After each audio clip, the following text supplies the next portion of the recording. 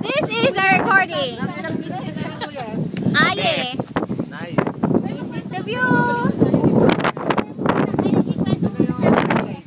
Yes, ito na yun. Interviewin mo sila. So, how do you feel right now seeing this kind of view? Wow! How is it? Sige pa.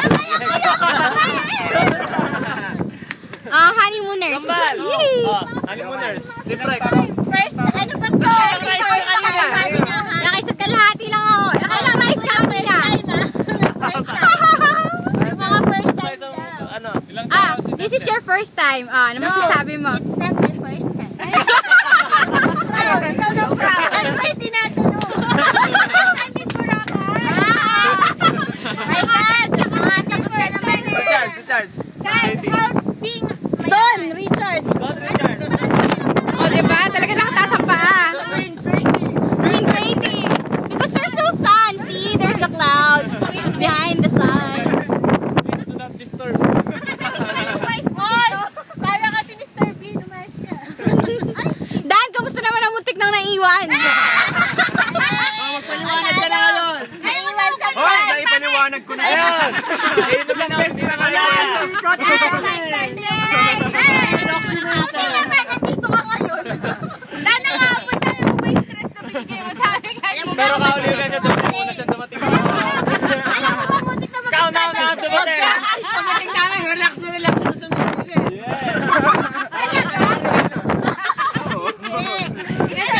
gagawin na over pa kasi. Kaya lang siya nakasakay, pumara si Ed.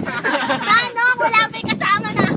O, sabi ko, ate, sa talong lang! Sabi ko, ate, sige no. Sa talong, feeling buslay, sinakyan, aeroplano pala.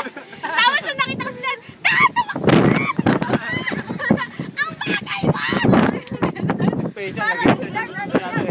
Pero wala sa kanya. Wala, ganyan siya talaga. 5 last call yun. Ganyan. Last Last call for flight, call. 595. Ilang libo last call. Abay, I'm sorry, but you're not here. You're missing out of this. Bye.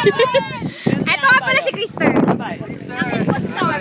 Lumit ka, bye. Sabi mo nag-sorry ka na kay Rosie. Siya, Napatid ko na yung sorry mo kay Rose. Ano sikreto mo, Crystal?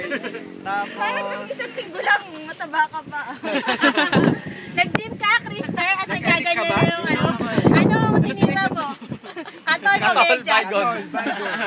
Baygon ka, tol. Nag-addict lang isang araw.